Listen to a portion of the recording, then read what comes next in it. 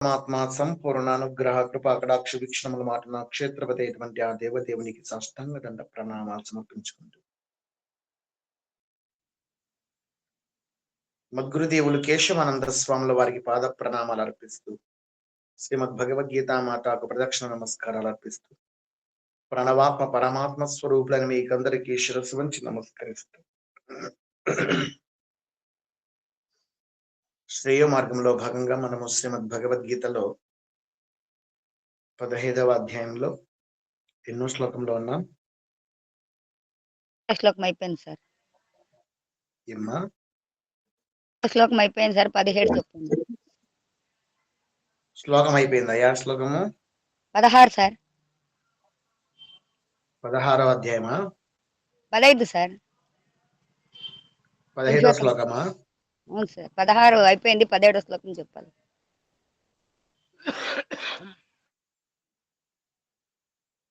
16వ అధ్యాయంలోనా? 15వ అధ్యాయం సార్.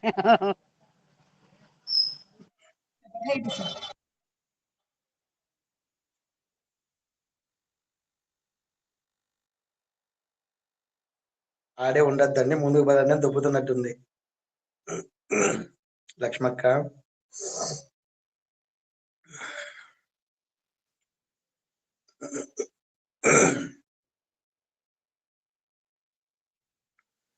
సరే,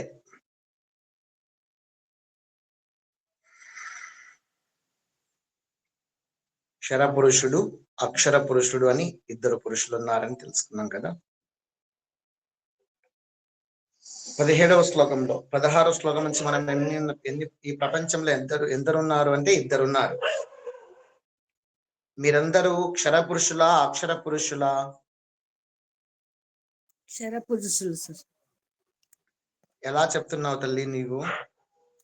మనం జీవి కదా సార్. ఆత్మ మన దేహం జీవ రూపంలో ఆత్మ ఉంటేనే మనం బతికేది. క్షరపం కదా, ఆత్మ ఎవడు వెళ్ళిపోతుందో మనము దేహం నశిస్తుంది కదా సార్ అని మీరు క్షర పురుషుడు అంటున్నారా? అవును సార్.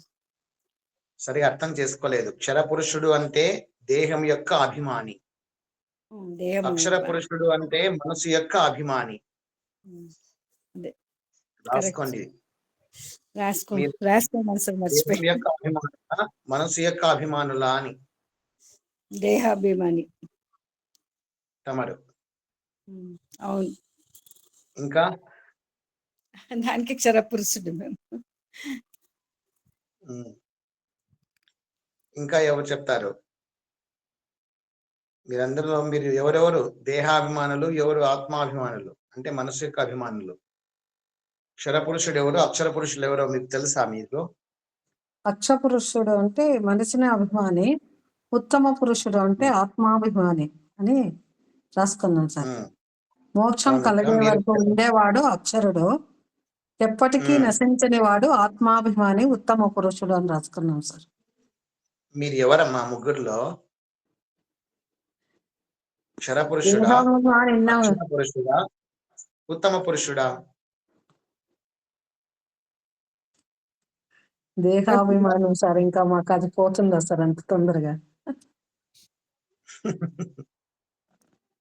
ఎవరైనా మనలో ఉన్నారా అక్షర పురుషుడు ఉండేవాళ్ళు?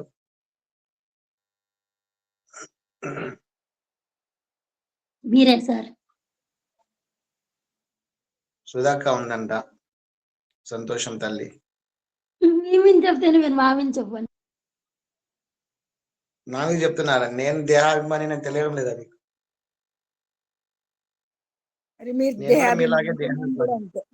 మేము కూడా అంతే సార్. కరెక్ట్ అయితే మేము చెప్పిండేది. మీరు చెప్తానంటే మేము వింటున్నాం సార్, మాకేం తెలియదు కదా సార్.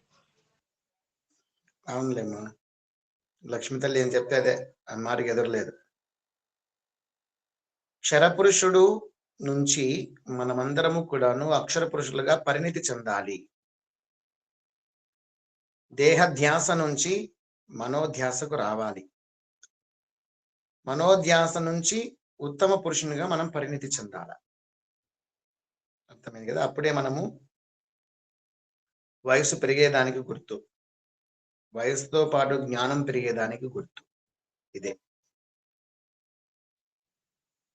అర్థమైంది కదా. క్షర పురుషుడి నుంచి అక్షర పురుషునికి రావాలి అంటే మనసు యొక్క అభిమాని. ఎదుటి వ్యక్తిలో కూడాను దేహాన్ని చూడకుండా మనస్సును లేదా జీవాత్మను చూడడం. దేహాన్ని చూసి మాట్లాడడం, దేహాన్ని చూసి ప్రవర్తించడం అనేది ఇంకా అజ్ఞానపు లక్షణమే కదా. క్షరపురుషుల కిందికి లెక్క. కాబట్టి దేహాభిమానం నుంచి మనోభిమానికి, జీవాత్మ అభిమానిగా మారాలి. జీవాత్మ అభిమాని నుంచి ఆత్మాభిమానిగా మారాలి. ఆత్మ యొక్క అభిమానిగా అంటే స్థూల శరీరం మీద ధ్యాస నుంచి సూక్ష్మ శరీరం ధ్యాసకు రావాలి. సూక్ష్మ శరీర ధ్యాస నుంచి కారణ శరీర ధ్యాసకు రావాలి. ఇది మనం సాధించాల్సినటువంటి సాధన. అది మనం గుర్తుపెట్టుకోవాలి. ఓం ఉత్తమః పురుషస్త్వన్యః పరమాత్మేత్యుదాహృతః యో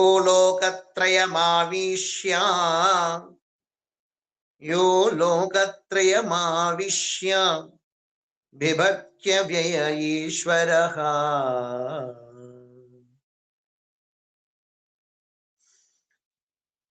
ఎవరైతే,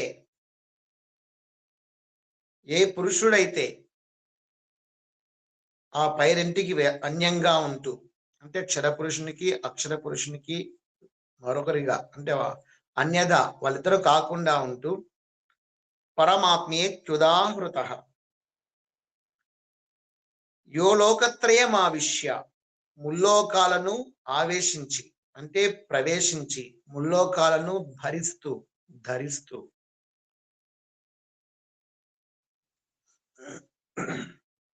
బిభర్త్య వ్యయ ఈశ్వర. బిభర్త్య అవ్యయ, అవ్యయ అంటున్నాడు ఇక్కడ. బిభర్త అంటే భరించుచున్నాడు అని. అవ్యయ అంటే ఎప్పటికీ నశించినటువంటి వాడు, ఎప్పటికీ నశించినటువంటి వాడు. అటువంటి వాడిని ఉత్తమ పురుషుడు అని పరమాత్మ అని చెప్పబడతాడట. ముల్లోకాలను ప్రవేశించి యో లోకత్రయమావిశ్య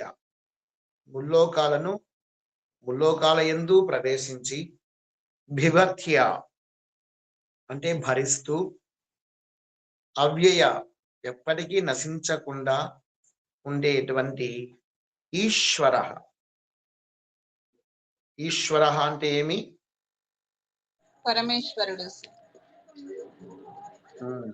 జగన్నియామకుడు అని అర్థం. జగత్తును నియమబద్ధంగా నడిపించేవారని అర్థం.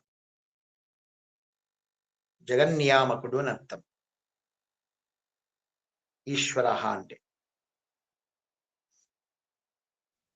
జగత్తును క్రమ పద్ధతిలో నడిపించేటువంటి వాడు, నియమబద్ధంగా. సూర్యోదయం కావడము, సూర్యుడు తూర్పునే ఉదయించడము, పశ్చిమాన అస్తమించడము, రేయింబవళ్ళు, ఋతువులు, సకాలానికి వర్షాలు కురవడం, చలికాలం రావడం, ఎండాకాలం రావడం, ఇవన్నీ కూడాను ఆయన యొక్క క్రమమైన పద్ధతులు పెట్టాడు. సముద్రం ఎప్పుడు కూడాను అక్కడే ఉంటుంది, మ్యాక్సిమము బయటికి రాదు దాటి. గమనించినారా? చిలేళ్ళ కట్ట అని ఉంటుంది. ఆ చిలేళ్ళ కట్ట దాటి ఎప్పటికీ రాదు. మనం చేసేటువంటి దోషాలు పాపాలు దాంట్లో కలవడం వల్ల అది ఉద్రూపం ధరిస్తుంది.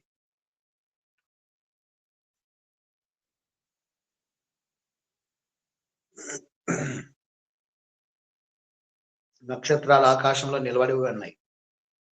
అవన్నీ టపటపటప రాలితే ఏమైతాయి? భూమి ఏమైపోతుంది? అవునా? ఎవరు నిలబెట్టినారు? ఆకాశంలో నక్షత్రాలను ఎవరు నిలబెట్టినారు? ఎవరు ఆధారం? సూర్యుడు ఆకాశంలో సంచరించడానికి లేదా నిలబడడానికి ఏది ఆధారం? ఆ సూర్యుని చుట్టూ భూమి తిరుగుతుంది కదా, దేని ఆధారం? ఆ దేన్ని ఆధారంగా చేసుకుని సూర్యుని చుట్టూ భూమి తిరుగుతోంది. నవగ్రహాలు క్రమం తప్పకుండా సూర్యుని చుట్టూ ఎలా తిరుగుతున్నాయి? దాన్ని నియమించిన నియంత ఎవరు? ఆ జగన్నియామకుడైనటువంటి సర్వేశ్వరుడే కదా, కాదంటారా? భూమి కూడా తన చుట్టూ తాను తిరుగుతూ ఉందా లేదా? తిరుగుతాం సార్. భూమి తన చుట్టూ తాను తిరుగుతూ ఉందా? తిరుగుతాం సార్. ఎంత టైం పడుతుంది అక్క ఒక రౌండ్ తిరగడానికి? 165 24 గంటలు 24 గంటలు పడుతుంది సార్ భూమి తిరగడానికి, తన చుట్టూ తాను తిరగడానికి. తిరగడానికి 24 గంటలు పడుతుంది. ముందు ముందు తొందరలోనే 25 గంటలు పడుతుందంట. ఆ టైం రాబోతోంది. ఒక చుట్టూ తాను తిరగడానికి 25 అవర్స్ పట్టే అవకాశాలు ఉంటున్నాయని చెప్పేసి, భవిష్యత్తులో ఆ పరిస్థితి వస్తుందని చెప్పి సైంటిస్టులు గుర్తించినారు. ఈ విధంగా భూమి తన చుట్టూ తాను తిరగడం ఒక నియమం. తన చుట్టూ తాను తిరుగుతూ సూర్యుని చుట్టూ తిరగడం ఒక నియమం. ఆ చంద్రుడు భూమి చుట్టూ తిరగడం ఒక నియమం. భూమి చుట్టూ తిరుగుతూ సూర్యుని చుట్టూ కూడా తిరగడం మరొక నియమం. నవగ్రహాది దేవతలందరూ కూడాను సూర్యునే కేంద్రంగా చేసుకుని తిరుగుతున్నారు. వాళ్ళు స్వేచ్ఛగా వెళ్ళిపోతే ఏంటి పరిస్థితి?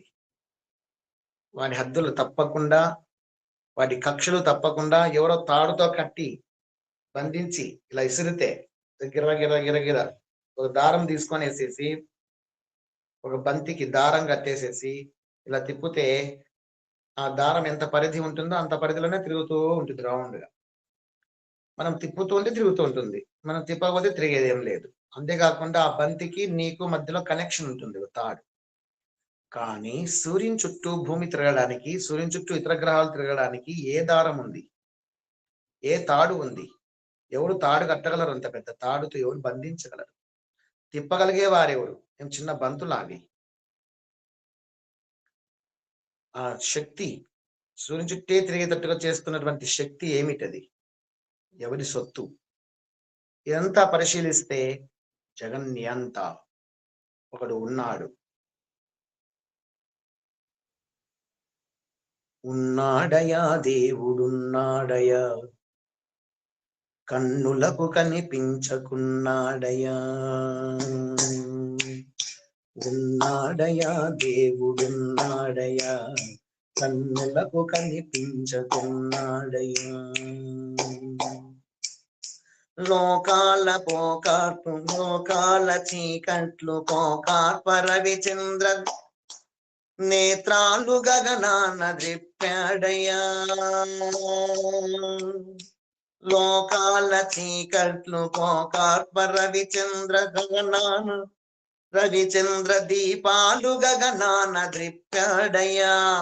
లోకాల చీకట్లు పోకార్ప రవిచంద్ర దీపాలు గగనాన ద్రిప్పాడయా.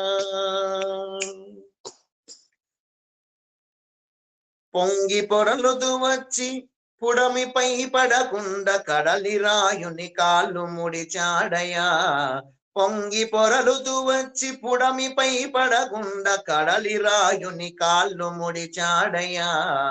ఉన్నాడయా దేవుడున్నాడయా, కన్నులకు కనిపించకున్నాడయా. ఉన్నాడయా దేవుడున్నాడయా, కన్నులకు కనిపించకున్నాడయా.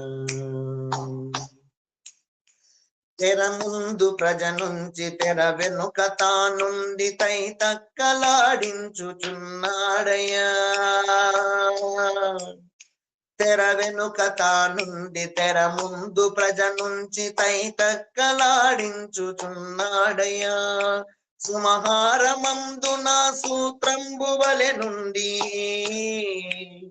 సుమహారమందున సూత్రంబు వలె నుండి ఆత్మయై అలరారుచున్నాడయా. ఉన్నాడయా దేవుడున్నాడయా, కన్నులకు కనిపించకున్నాడయా. ఉన్నాడయా దేవుడున్నాడయా, కన్నులకు కనిపించకున్నాడయా.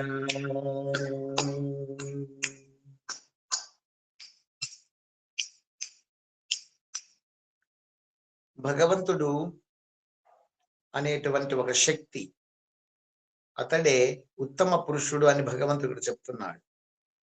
ఆ ఉత్తమ పురుషుడు జగన్ నియంతగా ఈశ్వర అనే పేరుతో, ఈశ్వర అంటే జగన్ నియంత, జగన్ నియామకుడు. అటువంటి ఈశ్వరుడు సకల జీవరాశుల యందు, అంతేకాకుండా అన్ని లోకాల యందు తాను ప్రవేశించి తానే సకల జీవరాశులను ధరించి భరించి అవ్యయుడై వినాశన రహితుడై ఎల్లవేళలా విరాజిల్లుతూ ఉన్నటువంటి వాడు. ఇతర రెండు పురుషులకు అన్యంగా ఉంటాడు.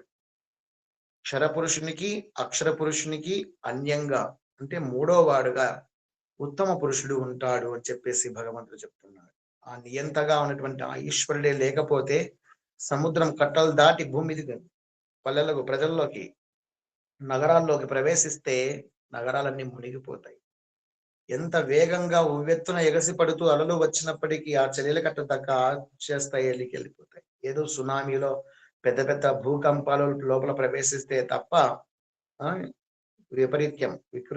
వైపరీత్యాలు ఏమన్నా కలిగితే తప్ప సముద్రం ఎప్పుడే కానీ బయటికి రాదు. పొంగి పొరలతో వచ్చి పుడమిపై పడకుండా కడలి రాయుని కాళ్ళు ముడిచాడయ్య. ఆ భగవంతుడు కాళ్ళు ఎక్కువ చాపకుండా సముద్రుడు కాళ్ళు ముడిచిపెట్టేశాడు, చెల్లెల కట్ట దాటి రావద్దు అని. ఆ భగవంతుడు ఒక నియంత కాబట్టి. లోకాల చీకట్లు పోగార్పరవి చంద్ర దీపాలు గగనాన దిప్పాడయ్య. ఆ లోకాల చీకట్లన్నీ తొలగిపోవడం కోసము పగలిపూట సూర్య భగవాను, రాత్రిపూట చంద్రుణ్ణి, చంద్రదేవుణ్ణి ఉంచి చీకట్లు పొగుడుతూ ఉన్నాడు. చంద్రుడు లేకపోతే పంటలు సరిగా పండవు. చంద్రునితో ఏం పనింది అనుకోనికి లేదు. చంద్రుడు దివ్యమైనటువంటి అమృత కిరణాలను ప్రసరింపచేసి ఔషధీయ గుణాలు కలిగినటువంటి అమృత కిరణాలను భూమి మీదకి ప్రసరింపచేసి ఔషధీయ మొక్కలను వృద్ధి చేస్తున్నాడు. పంటలు చక్కగా పండడానికి దోహదపడుతున్నాడు. సూర్య భగవానుడు లేకపోయినా పంటలు పండవు, సూక్ష్మక్రిములు ఎక్కువైపోయేసి రోగాల పాలవుతాం. ఈ విధంగా సూర్య చంద్రులు ఇద్దరూ కూడాను ఆ భగవంతునికి రెండు నేత్రాలై వెలుగులు వెదజల్లుతూ ఉన్నాయి భూమి మీద మనకందరి కోసం. అటువంటి నియంత ఎల్లవేళలా ప్రపంచమంతా విస్తరించి ఉన్నాడు. అతన్నే ఉత్తమ పురుషుడు అంటారని చెప్పేసి భగవంతుడు చెప్తున్నాడు. ఆ ఉత్తమ పురుషుణ్ణి మనం తెలుసుకోవాలి అంటే ఫస్ట్ మనము దేహ దృష్టిని అధిగమించాలి. దేహ దృష్టిని దాటి ఆత్మ మనోదృష్టికి రావాలి. అంటేమి ఇతరులతో మనం ప్రవర్తించే తీరు కావచ్చు, ఇతరులను మనం స్వీకరించే విషయంలో కావచ్చు, దేహాన్ని చూసి మనము అంచనా వేయకూడదు ఎప్పుడే కానీ. వాళ్ళ యొక్క మనస్సును చూసి, అంటే జ్ఞానాన్ని చూసి, వాళ్ళ నుండే పరిపక్వతను చూసి, పరిపూర్ణత్వాన్ని చూసి మనము అంచనా వేయాలి. ఒక నిండు సభ ఎవరంటే జనక మహారాజు. ఆయన తరచుగా ఎక్కువ సార్లు వేదాంత సభలు ఏర్పాటు చేసేవారు. ఆయన ఒక రాజు కాబట్టి మిథిలా నగరానికి. అప్పుడు చుట్టుపట్ల ఉండేటువంటి ఋషులందరూ, యాజ్ఞవల్క మహర్షి కావచ్చు, గౌతమ మహర్షి కావచ్చు, గార్గి అనేటువంటి మాతాజీ కావచ్చు, వశిష్ఠ, విశ్వామిత్ర, ఇలాంటి వాళ్ళందరూ కూడాను, జాబాలి, ఇలాంటి మహాత్ములు వేదాంత సభకు ఆహ్వానించబడేవారు. ఆ సభకు మీరు రాండి, మీరు రావద్దు అని చెప్పే ప్రసక్తి ఏమి ఉండదు. అలా మీరు మాత్రమే రావాలి, మీరు రాకూడదు అని చెప్తే అది వేదాంత సభే కాదు. ఎందుకు? భేద దృష్టి ఉంది కదా అక్కడ. వేదాంత సభ సీతామాత గురువు కూడా గార్గి మాతనే కదా సార్? అవును తల్లి. ఆ విధంగా వేదాంత సభకు మహానుభావులందరూ, పుణ్యాత్మైనటువంటి యోగీశ్వరులందరూ వచ్చింటారు. ఆ వేదాంత సభలో ఎవరైనా తమ జ్ఞానాన్ని వాళ్ళు తెలియచేయవచ్చు. తాము ఏదైనా ఒక కొత్త విషయాన్ని తెలుసుకొని ఉన్నా, ఇంకా కొత్తగా విషయాలు తాను తెలుసుకున్నటువంటివి, పరిశోధించినటువంటివి ఏదైనా ఉంటే వాళ్ళందరూ విప్పి చెప్పవచ్చు. అప్పుడు ఎవరైనా ప్రశ్నలు వేస్తే వాటికి సమాధానం చెప్పడానికి సిద్ధంగా ఉండాలి కూడా. అర్థమయ్యేటట్టుగా వివరించడము, ఆ దానికి ఒక నియమబద్ధంగా పద్ధతులు ఏర్పాటు చేసి వివరణాత్మకంగా చెప్పడము, సహేతుకంగా చెప్పడము, హేతుబద్ధంగా చెప్పడము, ఏదో మూఢనమ్మకంగా చెప్పడం కాదు, సహేతుకంగా చెప్పాలి. అలా వివరించి చెప్పడానికి సిద్ధంగా ఉండే వాళ్ళందరూ కూడా లేచి వాళ్ళు పరిశోధించినటువంటి జ్ఞానాన్ని అక్కడ విప్పి చెబుతారు. ఎంతో మందికి అది ఎంతో జ్ఞానప్రదాయకంగా ఉంటుంది ఆ వేదాంత సభ అనేది. అలాంటి స్థితిలో ఆ సభకు చాలా మంది ఋషీశ్వరులంతా వచ్చారు, జ్ఞానులు వచ్చినారు, విభుధులు వచ్చారు, బుద్ధిమంతులందరూ వచ్చారు. అందరూ సభలో కూర్చొని ఉండగా ఒక వింత జరిగింది. ఒక ఋషీశ్వరుడు అష్టావక్రుడు అనేటువంటి మహర్షిలోనికి ప్రవేశించినాడు. అష్టావక్రుడు 8 వంకరలు ఉంటాయి, అందువల్ల ఆయనకు అష్టవంకరులు అంటారు. అష్టవక్రుడు అని. కాళ్ళు, చేతులు, నడుము, మెడ అన్ని కూడాను వంగిపోయి వంకర టింకరలుగా ఉంటాడు. నడిచేది కూడా వంకర టింకరనే నడుస్తాడు. కారణం ఏంటి అంటే బై బర్త్. అటువంటి ఆయన ఆ సభకు ప్రవేశించినాడు సభలోకి. ఆయన నడిచే నడకను చూసి, ఆయన ఉండే తీరును చూసి సభాసదులందరూ కూడా నవ్వినారు. ఎందుకు నవ్వినారు వాళ్ళు?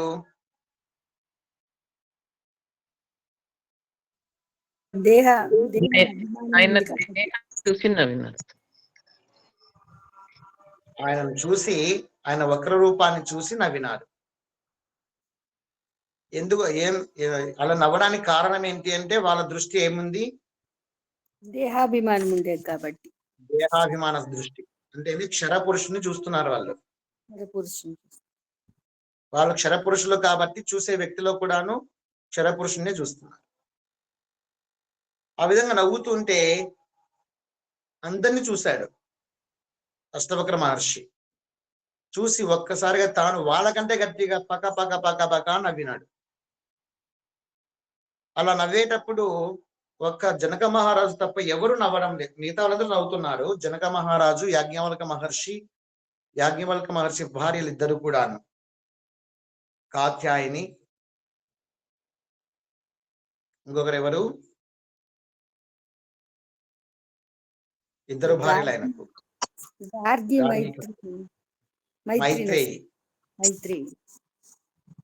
మైత్రేయి, కాత్యాయని మైత్రేయి ఇద్దరు భార్యలు.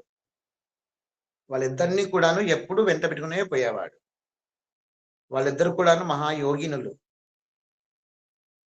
గృహస్థాశ్రమమే అప్పుడు ఎక్కువగా ఉండేది.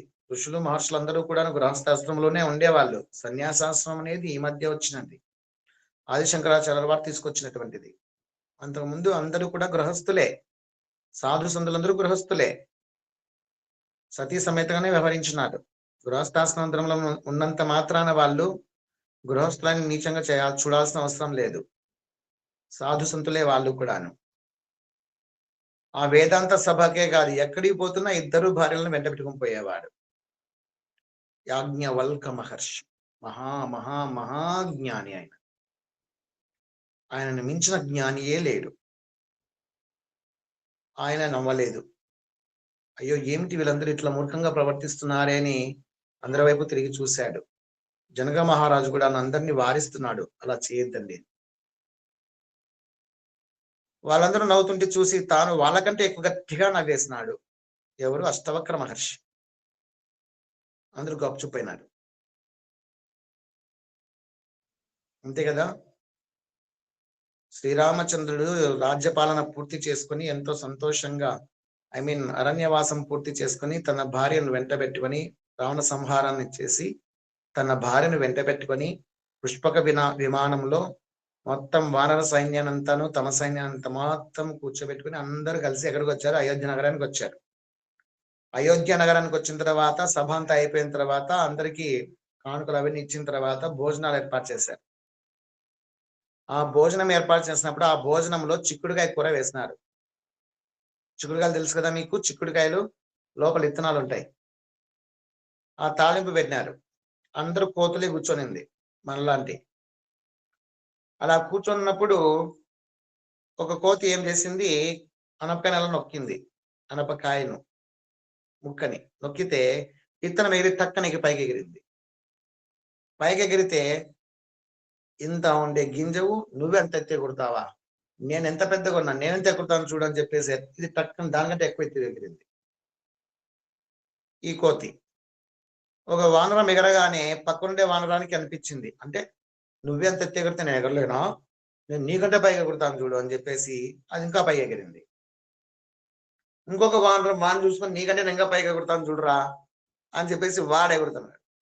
ఎదురుకుంటే బంతులు కూర్చుంటారు కదా, కూర్చోండి, మీకంటే నేను ఇంకా బాగా ఎగురుతాను చూడు అని చెప్పేసి మొత్తం నీకంటే నేను, నాకంటే నువ్వు, నీకంటే నేను, నీకంటే నేను, మొత్తం భోజనం కూర్చోవాల్సినటువంటి వాళ్ళందరూ కూడాను ఎగురుతా ఉన్నారు. భోజనాలు ముందర ఉన్నాయి, వీళ్ళు మాత్రం తినకుండా పైకి కిందకి ఎగురుకుంటా ఉన్నారు. శ్రీరామచంద్రుడు చక్కగా భోంచేస్తుంటారు కదా అని వచ్చాడు హనుమంతుని సమేతంగా. వచ్చి చూస్తే అక్కడ భోంచేస్తున్నట్టు లేదు, విస్తరణ నిండా భోజనాలు ఉన్నాయి కానీ వీళ్ళు ఎగురుకుంటున్నారు. నీకంటే నేను ఎక్కువ ఎగురుతా, నీకంటే నేను ఎక్కువ ఎగురుతా అని. ఒక అనపకాయ దగ్గర నుంచి ఇదంతా వచ్చింది.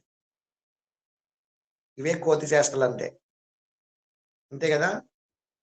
ఏ టైంలో ఏం చేయాలో అది చేయక అనవసరమైన విషయాన్ని పట్టుకొని ఎగరడం అంటే కోతి చేష్టలు అంటారు ఇట్లాంటివే. అప్పుడు అయ్యో ఏంటి ఈ వానరు ఎలా చేస్తున్నారని చెప్పేసి సుగ్రీవుడు బాధపడ్డాడు. ఈ కోతి బుద్ధి పోలేదు వీటికని. మహారాజ్యసభకు పిలిపిస్తే ఎంతో సంతోషం గౌరవంగా మనుషుల మధ్యకు మనల్ని పిలిస్తే మనం ఇట్లా చేస్తే ఏమన్నా గౌరవమా అని చెప్పేసి బాధపడుతున్నాడు. హనుమంతుడు బాధపడుతున్నాడు. అటువంటి స్థితిలో రామచంద్రుడు చెప్పాడు, బాధపడద్దండి హనుమాన్, ఒకసారి ఎగురు అన్నాడు. అందరికీ అంటే అక్కడ ఉండేవాళ్ళు కదా, రామచంద్రుడు చెప్పిన మాటకి అంతరార్థము అర్థం కాలేదు. అవి ఎగురుతున్నాయని చెప్పి నువ్వు ఎగురమని చెప్తున్నాడా అని చెప్పేసి హనుమంతుని అనుకున్నారు. కానీ హనుమంతునికి అర్థమైంది. అలాగే స్వామి చిత్తం మహాప్రభు అని చెప్పేసి హనుమంతుడు ఒక్కసారిగా పైకి రయ్యని ఎగిరినాడు. అలా ఎగిరితే పోతూనే ఉన్నాడు, పోతూనే ఉన్నాడు, పోతూనే ఉన్నాడు. ఎగిరిన వాళ్ళందరూ కూడా ఇక్కడ చూస్తున్నారు హనుమంతుని పోయే తీరు చూసి. హనుమంతుడు అంత పైకి ఎగిరిపోతుంటే అంత పైకి ఎగిరిపోయే వాళ్ళు ఎవరున్నారు అని చెప్పేసి అందరూ కూడా సైలెంట్ అయిపోయినారు. సైలెంట్ అయిపోయి శుభ్రంగా రామచంద్రుని చూసినారు. అంతప్పుడు రామచంద్రుని గమనించలే వీళ్ళు. అయ్యయ్యో స్వామి క్షమించండి స్వామి అని చెప్పి సిగ్గును తల వంచుకొని బుద్ధిగా తిన్నారు. హనుమ వచ్చే అన్నాడు. హనుమంతుడు వచ్చేసాడు. విషయం అనేది, పరిస్థితి అనేది చక్కదిద్దబడింది అక్కడ. ఆ విధంగా ఎగిరే వాళ్ళ మధ్యలో ఉన్నప్పుడు వాళ్ళకంటే ఎక్కువ ఎగిరేటువంటి వాడు ఎగిరిస్తే మిగతా వాళ్ళంతా సైలెంట్ అయిపోతారు. అది సూత్రం. అదే విధంగా ఇక్కడ ఎక్కువ నవ్వుతున్నారు అందరూ అతన్ని చూసి. అందువల్ల అష్టవక్ర మహర్షి వాళ్ళకంటే గట్టిగా నవ్వినాడు. దాంతో అందరూ సైలెంట్ అయిపోయినారు.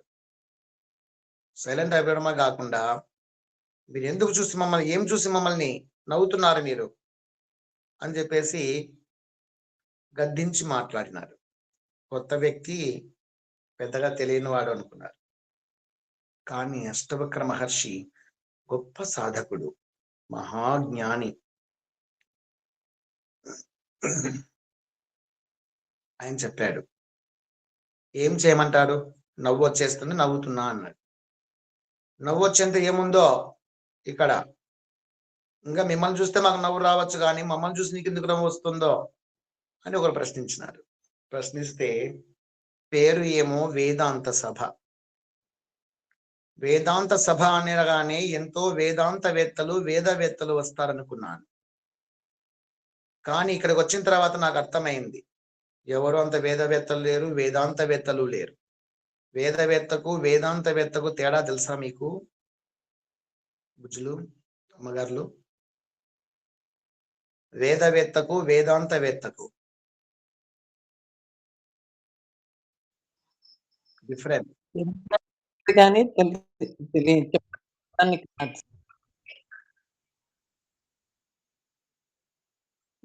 వేదాంతవేత్త జ్ఞానీలు సార్, వేదవేత్త అంటే అజ్ఞానిలు. ప్రవర్తించేవారు ప్రదర్శించేవారు. రామా చెప్పండి.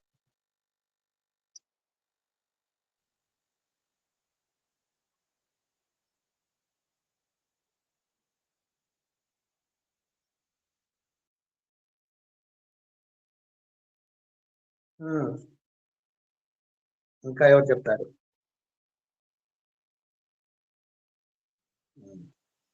ఇంకెవరు చెప్తారు? ఇందిరామాత. అదే సార్, తెలిసినట్టుగానే అనిపిస్తుంది కానీ చెప్పడం రాదు సార్. ఓకే.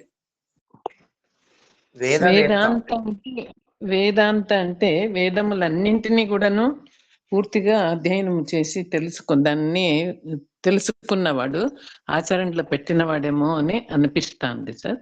పూర్తిగా అర్థమైనట్టుగా కాకున్నట్టుగా ఉంది సార్. సరే, వేదవేత్త అంటే వేదాలు బాగా తెలిసినటువంటి వాడు. వేదాంతవేత్త అంటే వేదాలకు అంతమేమిటి? అంతర్భాగం, అంత్యభాగం. వేదం 3 భాగాలుగా ఉంటుంది. ఒకటి వచ్చేసేసి కర్మకాండ, మొదటి భాగం. రెండవ భాగము ఉపాసన, జ్ఞానకాండ. మూడవది జ్ఞానకాండ. ఈ జ్ఞానకాండనే వేదాంతము అంటారు, గుర్తుపెట్టుకోండి. ఈ జ్ఞానకాండనే వేదాంతము అని అంటారు. ఈ జ్ఞానకాండనే ఉపనిషత్తులు అని కూడా అంటారు. ప్రతి వేదంలో చివరలో 3వ భాగంలో ఉండేటువంటివే ఉపనిషత్తులు.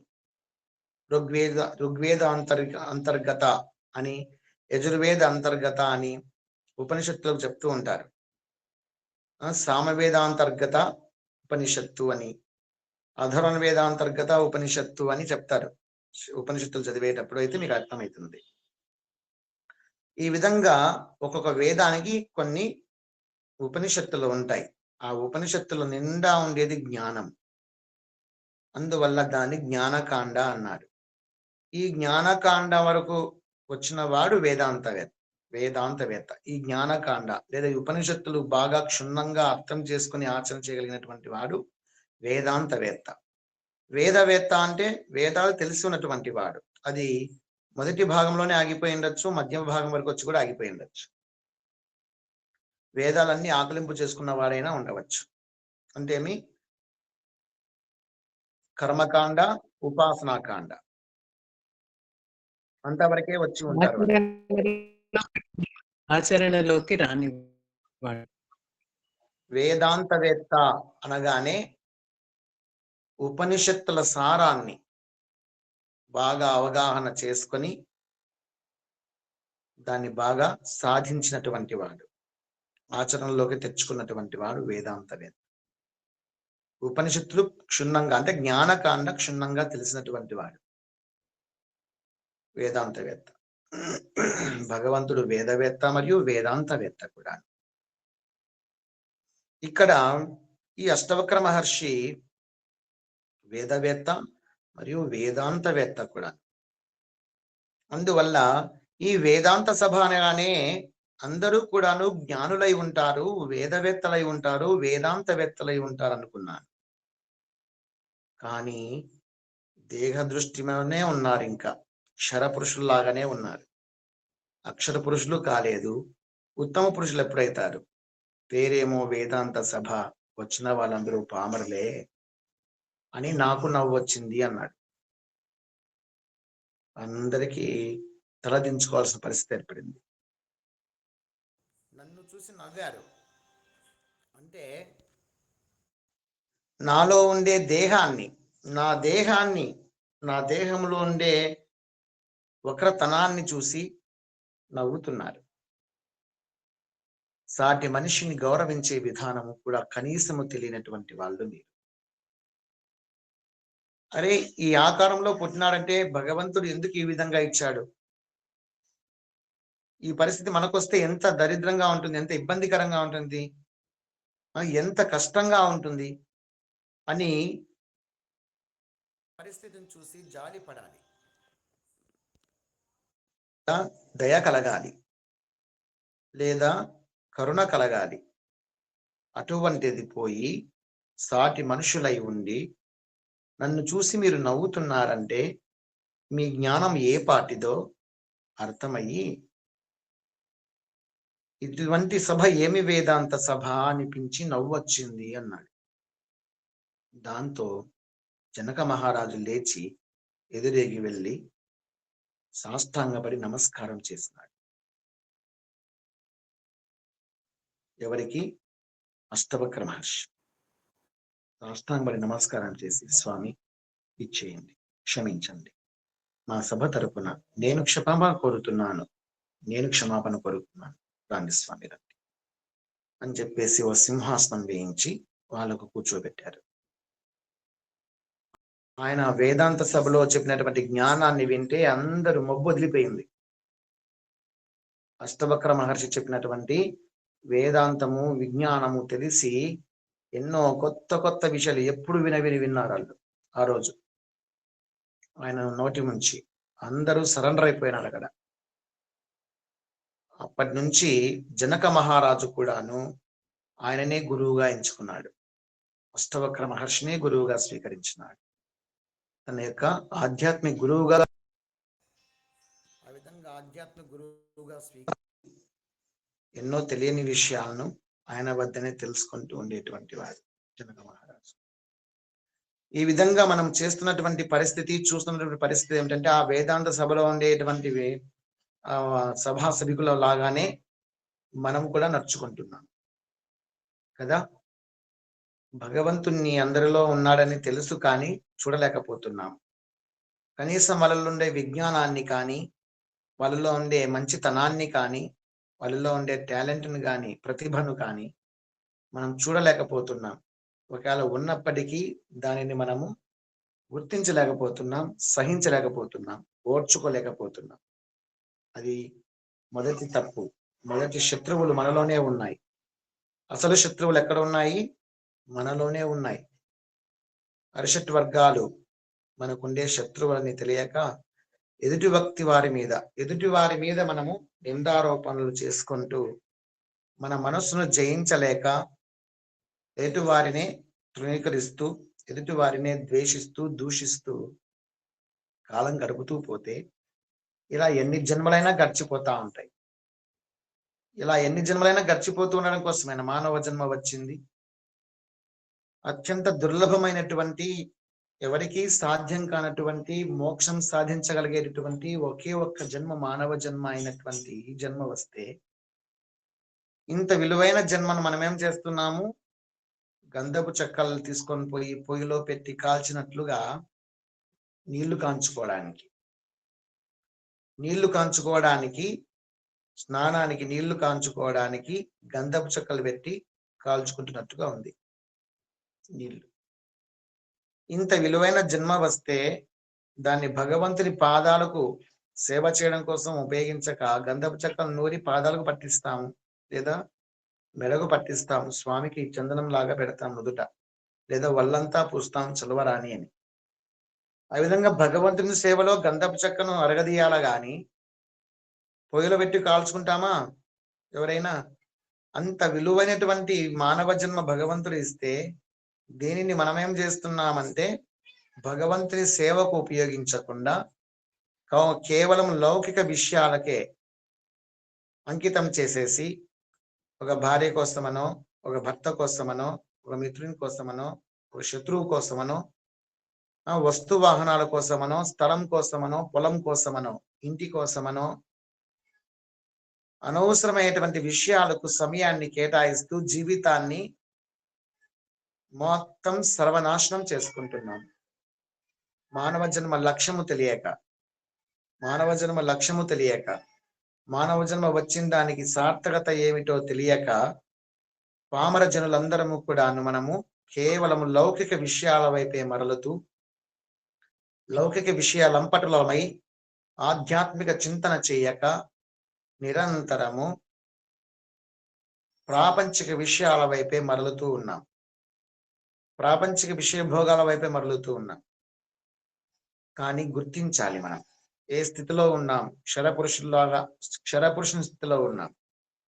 మరి ఏ స్థితికి రావాలి? అక్షర పురుషుని స్థితికి రావాలి. ఇంకా ఏ స్థితికి రావాలి? అక్షర పురుష స్థితికి వచ్చిన తర్వాత ఉత్తమ పురుష స్థితికి రావాలి.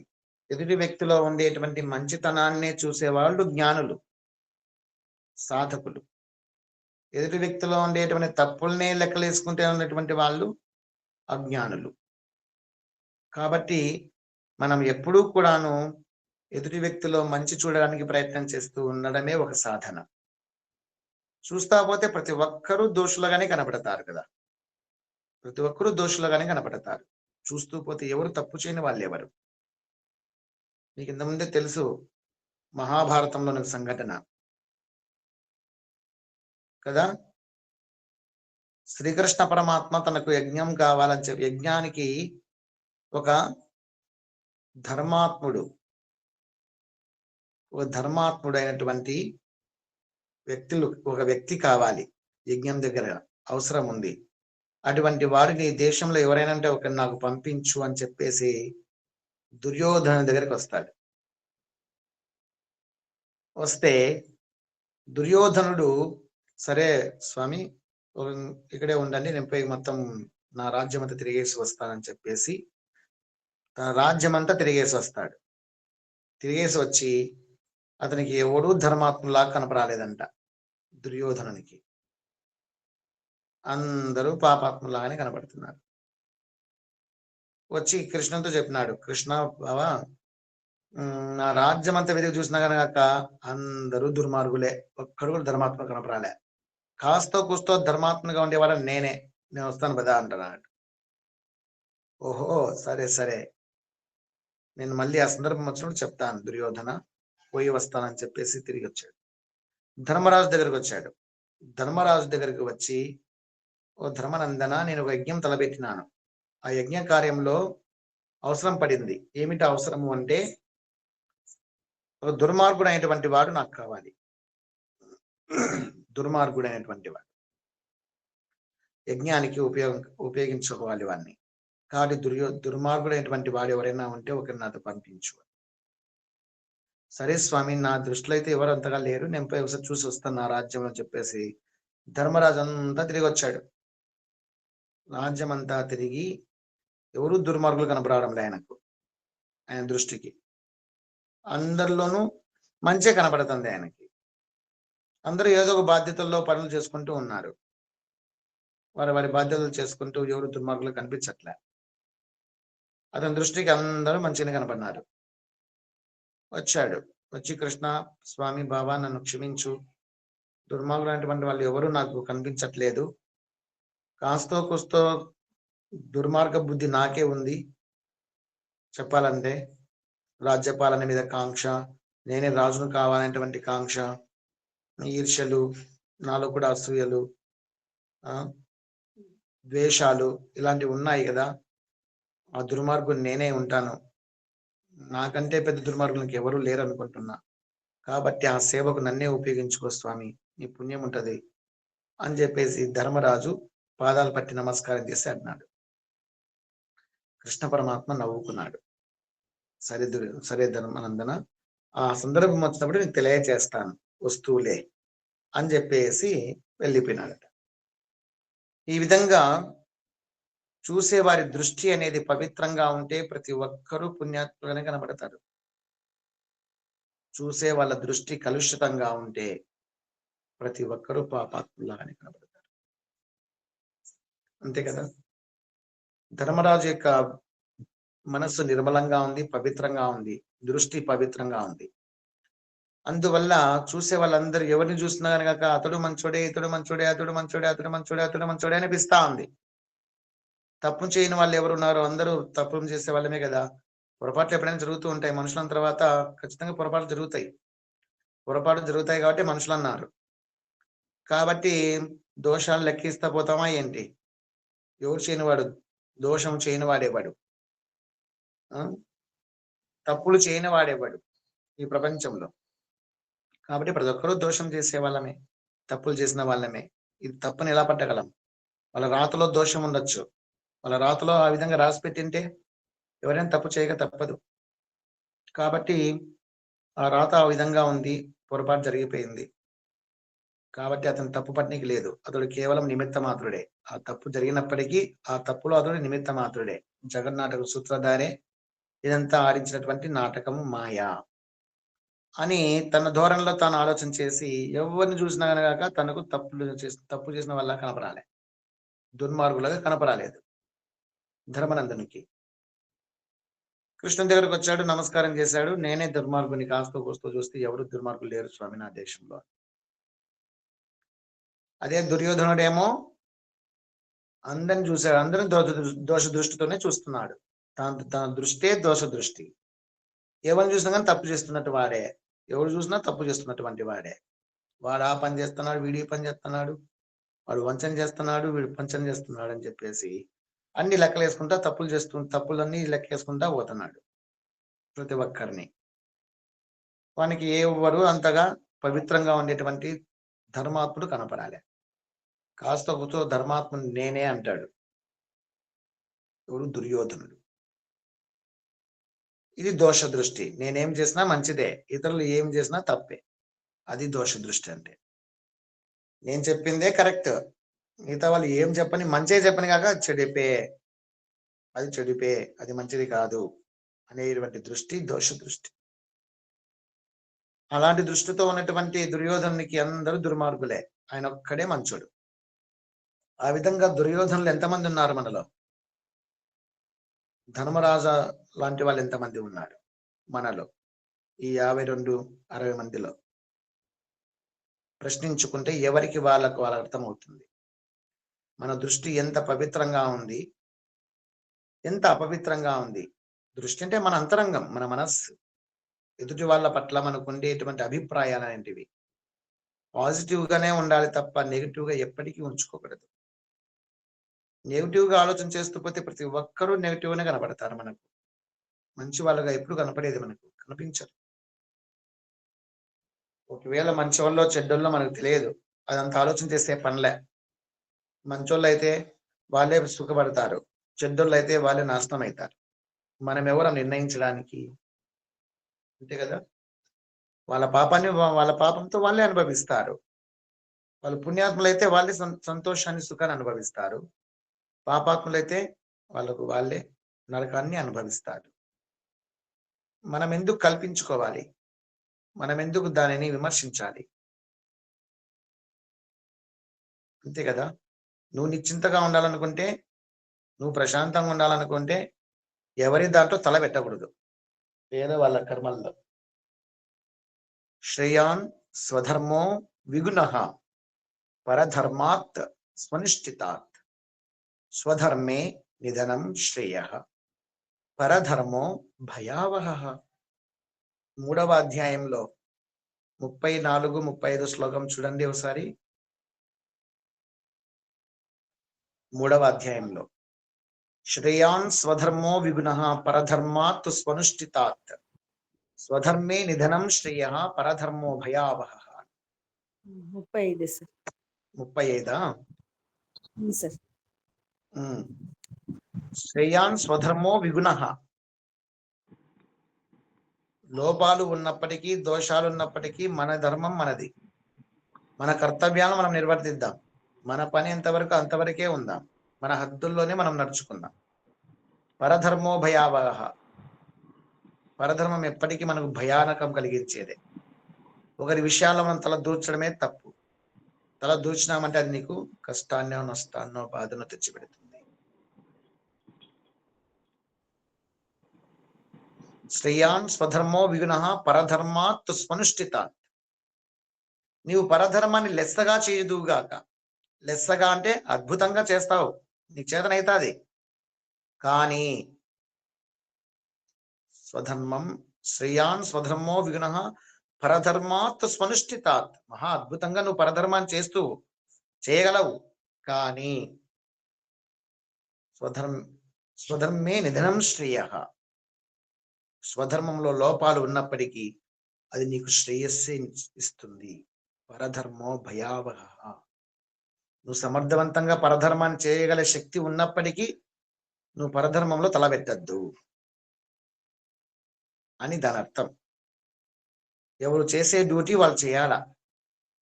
అలా చేయకపోతే ఇంకొకరి విషయంలో ఇంకొకరు తల దూరిస్తే అది సమస్యాత్మకంగా తయారవుతుంది, మనకు ఇబ్బంది తెచ్చిపెడుతుంది. నువ్వు బాగా చేయగలవు కూడా కాక, కానీ నీ పద్ధతుల్లో నువ్వు ఉండాలి, నీ పద్ధతుల్లో నువ్వు ఉండాలి, నీ లిమిట్ లో నువ్వు ఉండాలి అని చెప్తుంది ఆ శ్లోకం. దాన్ని మనం ఏం చేస్తున్నామంటే సరిగా అర్థం చేసుకోక ఆ విషయాన్ని నేను బాగా చేస్తాను వానికంటే అని చెప్పేసి తల దూరుస్తాము. లేని అపవాదులు, ఇబ్బందులు, అవమానాలు, శాపనార్థాలు మూట కట్టుకోవాల్సి వస్తుంది. కాబట్టి ఎవరి హద్దుల్లో వాళ్ళు ఉండడమే మంచిది. ఒకరి పనులలో ఒకరు తల దూర్చడం వల్లనే లేని అశాంతి. ఎవరు ఏ పని చేయాలో ఆ పని చేసుకుంటూ పోవాలి. అలా చేసుకుంటూ పోతేనే మంచిది. మీకు ఇంతకుముందు మీ కథ తెలిసిందే. ఒకటి గాడిద చేస్తే కుక్క చేయాల్సిన గాడిద చేస్తే ఏమైంది? దెబ్బలు తిని చచ్చిపోయింది కదా చాకలవాని చేతిలో. కుక్క చేయాల్సినటువంటి పని దొంగల వాళ్ళు పడ్డారు, కుక్క అరవాలా, కానీ అది అరవలే, గాడిద అరిచింది, కానీ దెబ్బలు తిని చచ్చిపోయింది. అందువల్ల ఎవరు చేయాల్సిన పని వాళ్ళు చేయడమే ఉత్తమోత్తమం అని చెప్తున్నది. అందుకే ఒకరి విషయాల్లో తల దూర్చడం కూడాను తప్పే. ఈ విధంగా మనము నేను మాత్రమే బాగా చేయగలను, వాళ్ళు చేయలేకపోతున్నారు, ఇవన్నీ కూడాను దోష దృష్టి మనకు ఉంది అని అర్థం. అది దేహ దృష్టి కిందికి వస్తుంది. ఆత్మదృష్టితో చూడగలగాలి, లేదా మనోదృష్టితో చూడగలగాలి. ఎదుటి వ్యక్తిలో లోపాలు ఉంటే వాటిని మాత్రమే సలహా రూపంగా చెప్పాలి. అది కూడా శాసించినట్లు కాకుండా, అతనికి అవమానం కలిగించేటట్టుగా కాకుండా, హేళన చేసే విధంగా కాకుండా, సలహా సూచనలుగా ఇది కొద్దిగా ఈ విధంగా మార్చుకొని సూపర్ గా ఉంటుంది అని చెబుతూ సలహా సూచనలు ఇచ్చే విధంగా మనము సపోర్టివ్ గా ఉండాలి తప్ప మొత్తం తన చేతుల్లోకి తీసుకొని ఆ కర్తవ్యాన్ని నిర్వర్తించడానికి పోకూడదు. అలా పోవడం వల్లనే దుఃఖానికి కారణమవుతుంది, కష్టాలకు దారితీస్తుంది, అవమానాలకు దారితీస్తుంది. ఇదంతా కూడా మనలో ఉండేటువంటి జ్ఞానానికి, వివేకానికి సంబంధించినటువంటి పరీక్షలు. ఇవన్నీ కూడా మన ప్రవర్తన మీద ఇవెంతో ప్రభావం చూపిస్తాయి. కాబట్టి మన ప్రవర్తనను చక్కదిద్దుకోవడం కోసం భగవద్గీత ఒక గైడెన్స్, ఒక మార్గదర్శి. అందుకే ప్రతిరోజు మనం ఒక అధ్యాయం ఖచ్చితంగా చదువుకుంటూ ఉండాలి. మర్చిపోతూ ఉంటాం జ్ఞానాన్ని, మళ్ళీ మళ్ళీ గుర్తు చేసుకోవడం లాంటిదే భగవద్గీత అంటే. ఆ పారాయణం అది అనుద్వేగకరం వాక్యం ఏం తల్లి? అనుద్వేగకరం వాక్యం సత్యం ప్రియం చతయత్ స్వాధ్యాయ వ్యసనం చైవ వాగ్మయం తప ఉచ్యత్. 17వ అధ్యాయంలో వస్తుంది కదా. అవును అది సార్. వాక్కు 14 శ్లోకం అనుకుంటా, 14, 15 శ్లోకాల్లో వస్తుంది. వాక్కు యొక్క తపస్సు గురించి చెప్తున్నారు అక్కడ. ఇక్కడ మనకు మన వాక్కును అనేది పవిత్రంగానే ఉంచుకోవాలనేది ఉద్దేశం. ఎవరిని కూడాను విమర్శిస్తూ పోవడం కాకుండా ఆత్మదృష్టితో మనం ఉండగలగడమే సాధన చేయాల. దేహ దృష్టి నుంచి మనోదృష్టికి, మనోదృష్టి నుంచి ఆత్మదృష్టికి పరిణితి చెందినప్పుడే మనం మానవ జన్మకు సార్థకత తెచ్చుకున్న వాళ్ళం అవుతాం. ఇక్కడ భగవంతుడు ఉత్తమ పురుషుడు. కారణ శరీరం అని చెప్తాం కదా, స్థూల, సూక్ష్మ, కారణ అనే 3 శరీరాలు ఉంటాయి ప్రతి ప్రాణిలో అని చెప్పాం. స్థూల శరీరమేమో దానికి ఎదురుగా రాసుకోండి, ఇదే క్షర పురుషుడు. సూక్ష్మ శరీరమేమో ఇది అక్షర పురుషుడు. కారణ శరీరమేమో ఇది ఉత్తమ పురుషుడు అని మనకు ఒక అవగాహన ఉండాలి. ఈ ఉత్తమ పురుషుడే సర్వలోకాలకు ఆధారభూతం అని తెలిసి ఉండాలి. ఈ యొక్క సర్వేశ్వరుడే అవ్యయుడు అని తెలుసుకుని ఉండాలి. అవ్యయం అంటే నాశనమే లేనివాడతడు. పరమాత్ముడు ఎట్టివాడో తెలిస్తే మనకు గౌరవం పెరుగుతుంది కదా. ఒక వ్యక్తి గురించి మనకు తెలిస్తేనే, ఆ వ్యక్తి యొక్క గొప్పతనం గురించి తెలిస్తేనే మనకు ఆ వ్యక్తి పట్ల గౌరవభావం పెరుగుతుంది. లేదనుకోండి సాధారణంగా వెళ్ళిపోతుంటాం, అంటే పట్టంటే వెళ్ళిపోతుంటాం, పెద్దగా పట్టించుకోం. అందరితో మాట్లాడుకుంటూ కాలక్షేపం చేయలేం కదా, మనకెన్నో పనులు ఉంటాయి. గురువు గారు రిపీట్ చేయండి. స్థూల పురుషుడు, క్షర పురుషుడు అర్థాలు. స్థూల శరీరము, స్థూల, సూక్ష్మ, కారణ. ప్రతి ఒక్క ప్రాణిలోనూ ఈ 3 శరీరాలు ఉంటాయి కదా, దేహాలు, 3 దేహాలు ఉంటాయి. స్థూల దేహము, సూక్ష్మ దేహము, కారణ దేహం. లేదా స్థూల శరీరము, సూక్ష్మ శరీరము, కారణ శరీరం. స్థూల శరీరం వచ్చేసి క్షర పురుషుడు, నశించేటువంటి వాడు, దేహాభిమాని, దేహం యొక్క అభిమాని. సూక్ష్మ శరీరం అనేది దానికి ఆపోజిట్ గా, అంటే నేర మార్క్ వేసుకొని రాసుకోండి. ఈ సూక్ష్మ శరీరమే జీవాత్మ అనబడుతోంది. ఈ జీవాత్మయే అక్షర పురుషుడు. ఈ జీవాత్మ చాలా కాలము, వేల లక్షల జన్మలు కూడా ఎత్తుతుంది. మోక్షం సాధించేంత వరకు స్థిరంగానే ఉంటుంది, తన అస్తిత్వాన్ని నిలబెట్టుకునే ఉంటుంది. కాబట్టి కూటస్థుడు అని చెప్పడం జరిగింది. వాస్తవానికి అసలైన కూటస్థుడు ఎవరు అంటే పరమాత్ముడు ఒక్కడే, శాశ్వతుడు అని. అయితే మోక్షం పొందేంత వరకు చాలా సుదీర్ఘ కాలము ఈ సూక్ష్మ శరీరం కూడా ఉంటుంది. కాబట్టి దీన్ని కూడాను కూటస్థోక్షర ఉచ్యతే అన్నారు, కూటస్థుడు అని చెప్తున్నారు. అయితే కేవలం ప్రతిబింబం మాత్రమే. బింబం ఎవరు అంటే ఉత్తమ పురుషుడు, అదే కారణ శరీరం. కారణ శరీరం వచ్చేసి ఉత్తమ పురుషుడు అని రాసుకోండి. కారణ శరీరం అంటే పరమాత్మ, ఆత్మ లేక పరమాత్మ, ఇదే ఉత్తమ పురుషుడు అని. ఈ ఉత్తమ పురుషునికి ఎటువంటి వికారాలు ఉండవు కదా. ఆ బల్బు వెలుగులో మనం ఏ విధంగా అయితే పనులు చేసుకుంటున్నాం, కానీ మనం భగవద్గీత చెప్పుకుంటూ ఉన్నాం. చెప్పుకుంటున్నంత మాత్రాన ఆ బల్బు ఏమైనా సంతోషపడుతుందా? లేదు. ఎందుకు చెప్పుకుంటావరా బాబు, తలకాయ తినేస్తున్నావు నువ్వు, ఎందుకు చెప్తారా, నోరు మూసుకోరా, ఎంతసేపు అయ్యా గొడుగు, ఒకటేమైనా చెప్పిందే చెప్పుకుంటా ఉన్నావు కదా దరిద్రుడా అని అనుకుంటుందా ఆ బల్బ్ ఏమైనా? ఎటువంటి వికారాలు దానికి లేవు. అదే బల్బు కింద నువ్వు పడుకొని నిద్రపోయినా ఫీల్ కాదు. నన్ను వేసుకుని వేస్ట్ చేస్తున్నాడు వీడు, నన్ను ఇక్కడ పిలుచుకొని అని ఫీల్ కాదు. అదే లైట్ కింద నువ్వు బంగారము తయారు చేస్తున్నా ఫీల్ కాదు. భగవద్గీత చదువుతున్నా దానికి ఏ ఫీలింగ్ లేదు కదా. ఆ విధంగా ఆత్మతత్వం, ఆ విధంగా ఆత్మతత్వం అనేది నిర్వికారిగా ఉంటుంది, నాశరహితముగా ఉంటుంది. ఉత్తమ పురుషుడు ఎప్పటికీ నాశనం కాడు,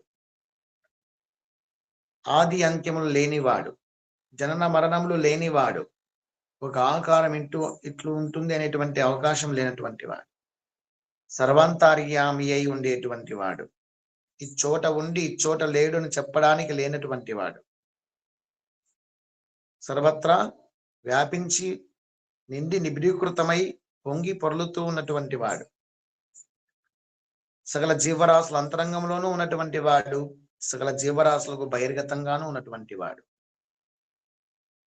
సకల జీవరాశులను తనలోనే పెట్టుకున్నటువంటి వాడు, సకల జీవరాశుల లోపల తానే ఉన్నటువంటి వాడు. అతడే ఉత్తమ పురుషుడు, అవ్యయుడు, బిభర్త్య, భరిస్తున్నటువంటి వాడు, అవ్యయ, వినాశనము లేనటువంటి వాడు, ప్రతిబింబ రూపుడైనటువంటి జీవునికి ప్రాణాధారంగా ఉన్నటువంటి వాడు. ప్రతిబింబం, బింబమేమో పరమాత్మ, అదే కారణ శరీరం. ప్రతిబింబమేమో జీవుడు లేదా జీవాత్మ. అర్థమవుతుంది కదా? అర్థం కాకపోతే అడగండి. ఆ ప్రతిబింబానికి ఆధారభూతంగా ఉండేటువంటి వాడు ఉత్తమ పురుషుడు. ఆ బల్బు ఉంటేనే మనం పనులు చేసుకుంటున్నాం, బల్బు లేకపోతే పనులు చేసుకోలేం కదా. ఆ లైట్ వెలుగుతూ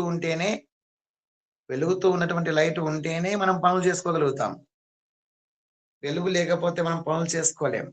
అదే విధంగానే ఈ యొక్క క్షర పురుషుని లోపల ఉండి అక్షర పురుషునికి కూడాను చైతన్యవంతమైనటువంటి చైతన్యాన్ని, తేజస్సును, శక్తిని, ఆధారాన్ని, అవకాశాన్ని ఇస్తున్నది ఎవరు అంటే ఈ ఉత్తమ పురుషుడే. ఆ ఉత్తమ పురుషుడు లేకపోతే ఈ యొక్క క్షర పురుషునిలో అక్షర పురుషుడు నిలబడాడు, వెళ్ళిపోతాడు. ఏదో చీకటిగా ఉంది, ఇక్కడ నేను బతకలేనని చెప్పేసి వెళ్ళిపోతాడు. ఆ చోట ఉండలేడు. అదే మరణం అని మనం లెక్కేస్తాం. దేహము నుంచి జీవుడు విడుదలైపోతాడు ఆ ఉత్తమ పురుషుడు లేకపోతే కదా. ఈ విధంగా సాక్షిభూతంగా క్షర పురుషునికి, అక్షర పురుషునికి సాక్షిభూతంగా ఉత్తమ పురుషుడు నివసిస్తూ ఉంటాడు. ఆ ఉత్తమ పురుషుణ్ణి మనం దర్శించే శక్తిని పొందాలి. ఆ ఉత్తమ పురుషుని చేరుకునే దానికి ఆ సర్వేశ్వరుణ్ణే స్తుతించాలి. ఆత్మదేవునికి తనకై తనకు మనం ఎంత తాపత్రయపడ్డా, ఎంత తపన పడినా ఆ పరమాత్మకు కాసింత కనికరం కలగకపోతే, ఆత్మదేవునికి మన మీద కాసింత కనికరం కలగకపోతే అంతవరకు మనకు జన్మలు తప్పనే తప్పవు. ఇంకా జన్మించాల్సిందే, జన్మలు ఎత్తుతూ ఉండాల్సిందే. అందువలన శరణాగతులమై, విరాగులమై ప్రాపంచిక విషయ భోగాలను క్రమంగా తగ్గించుకుంటూ ఆధ్యాత్మిక చింతన వైపుకు మాత్రమే మరలుతూ, సమయం దొరికిందంటే జపము, సమయం దొరికిందంటే సద్గ్రంథ పారాయణం, సమయం దొరికిందంటే సత్సంగం, సమయం దొరికిందంటే భగవంతుని పాదసేవ, సమయం దొరికిందంటే 10 మందికి తెలియచేయడం లేదా నేర్పించడం. ఇలా మనమే పనులు పెట్టుకుంటూ, పనులేం మనకంట రావు, మనము కొన్ని ప్లాన్లు, కొన్ని ప్రణాళికలు రాసుకోవాలి. ఎంత సమయం మనకు ఖాళీగా ఉంటుంది, ఆ సమయాన్ని టీవీ దగ్గరనో, సెల్ ఫోన్తోనో, వాట్సాప్తోనో, ఇన్స్టాగ్రామ్తోనో నాశనం చేసుకోకుంటే ఉపయోగించుకుందాం. అబ్బా, ఇన్నాళ్ళు ఎంత వేస్ట్ అయిపోయింది సమయము, ఎంత వృధా చేశాను, ఇప్పుడైనా ఒడిసి పట్టుకుందాం.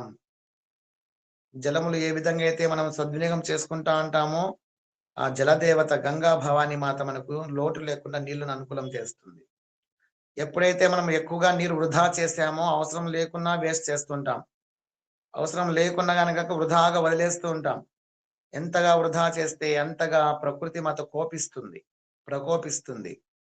వీడు చాలా అతి చేసినాడు, జలములో అవకాశం ఇస్తే జలములను సద్వినియోగం చేసుకోక వీడు వృధా చేశాడు, దుర్వినియోగం చేసినాడు, వీనికి జలములు లేకుండా చేయాల్సిందే. జలముల యొక్క విలువ తెలిసి రావాలి వీనికి. ఆ జలములకు విలువ తెలిసి రావడం కోసమైనా వీనికి నీళ్లు దొరకకుండా చేయాలి. స్నానానికి కానీ, మొహం గడపడానికి కానీ, త్రాగడానికి కూడా కానీ గట్ట వీని కుటుంబానికి కావాలని ఈ విధంగా చేయాలని చెప్పి ప్రకృతి మాత కూడా వైపరీత్యాన్ని సృష్టిస్తుంది. అందరి ఇళ్లలో నీళ్ళు వస్తుంటాయి, మన ఇంట్లో నీళ్లు రావు, అంతే, మధ్యలో అడ్డం పడేస్తుంది అంతే.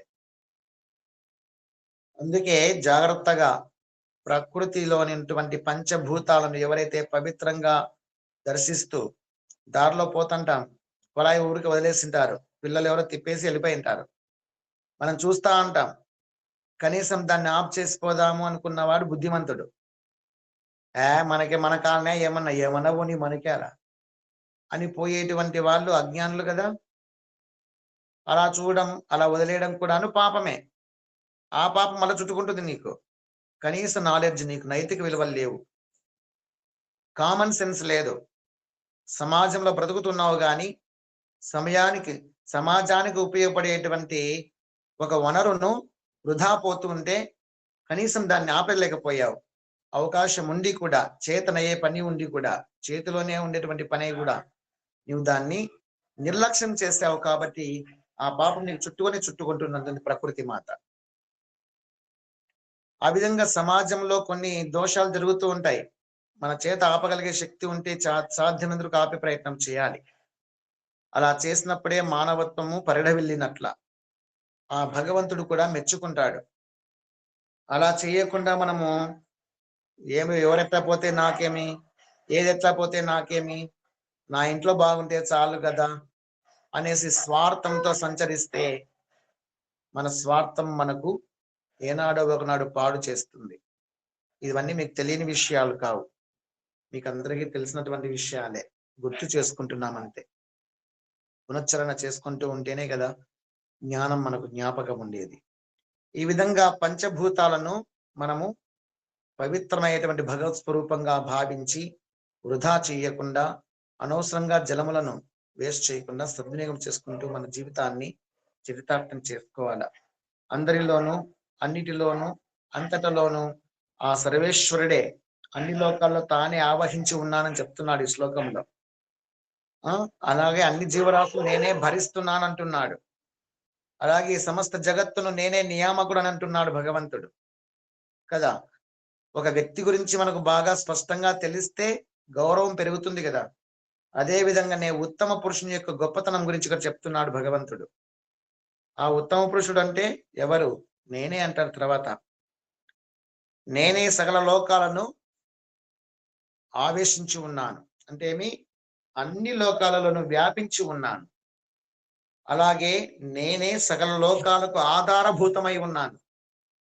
సకల లోకాలకు నేనే ఆధారభూతమై భరిస్తూ ఉన్నాను, పోషిస్తూ ఉన్నాను, రక్షిస్తూ ఉన్నాను, పరిపాలన చేస్తూ ఉన్నాను. అలాగే ఆ ఉత్తమ పురుషుడు అవ్యయుడు, ఎప్పటికీ నాశనం కానివాడు. అలాగే జగన్నియామకుడు కూడాను ఆ ఉత్తమ పురుషుడే.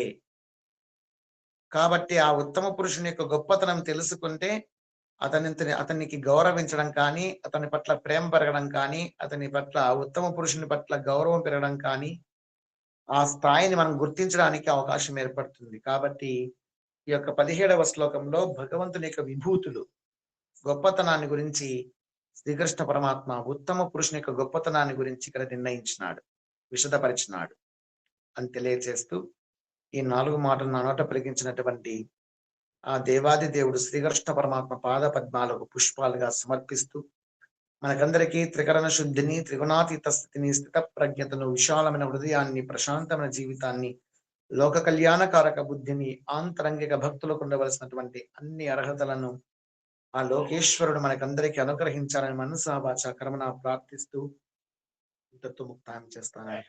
సత్యం.